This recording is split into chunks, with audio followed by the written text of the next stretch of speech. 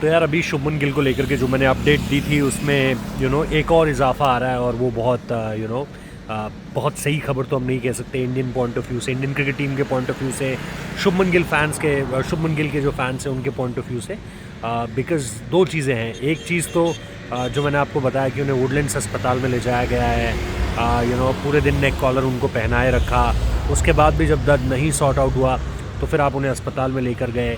लेकिन अस्पताल की जो रिपोर्ट्स बता रही हैं, जो सोर्सेस हमें बता रहे हैं, वो ये कह रहे हैं जी कि अगले 4-5 दिन तो आप बड़ी मुश्किल है, अगले 4-5 दिन बड़े मुश्किल हैं कि आप किसी भी तरीके से उनको क्रिकेट मैदान पर उतरता हुआ देखो, जो अभी तक हमें बताया जा रहा है। अब now the important thing is कि अगर अगले 4-5 दिन तक मैदान पर नहीं उतर पाएंगे तो फिर ये टेस्ट तो छोड़िए, सवाल गुवाहाटी टेस्ट पर भी खड़े हो जाएंगे। तो एक जैसा मैंने पहले भी बताया आप लोगों को कि एक हिस्ट्री रही है उनकी नेक स्पैज़म्स की। श्रीलंका में मैं था पल्ले केले में और इंडिया वर्ल्ड कप जीता था, जिम्बाब्वे शुभमन गिल सीरीज़ जीत कर आ रहे थे, हाईएस्ट रन स्कोरर बनकर आ रहे थे।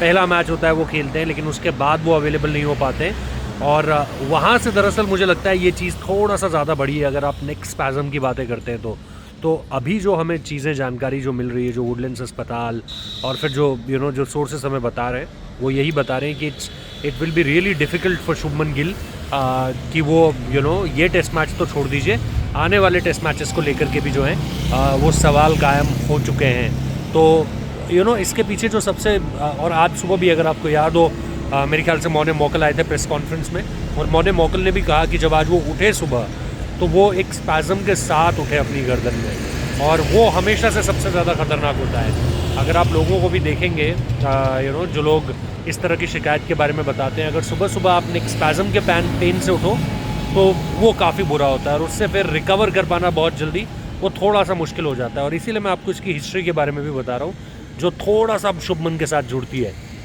बट सबसे बड़ी बात यह है कि ऑल डिपेंड्स ऑन कि वो रिकवर कितनी जल्दी करते हैं। He is a fit guy, damn fit guy. उनके स्केड्यूल्स, उनके रूटीन्स, हमको सब कुछ पता है उन सारी चीज़ों के बारे में।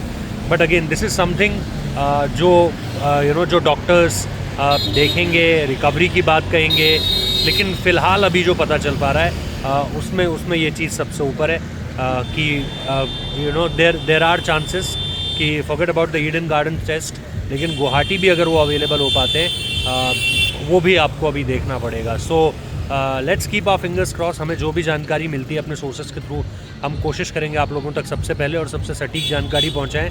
मैं लगातार कोशिश कर रहा हूं, टीम लगातार कोशिश कर रही है हमारी कि इस पर सही और सटीक जानकारी आप तक और सबसे तेज़ जानकारी आप तक पहुंचा दी जाए।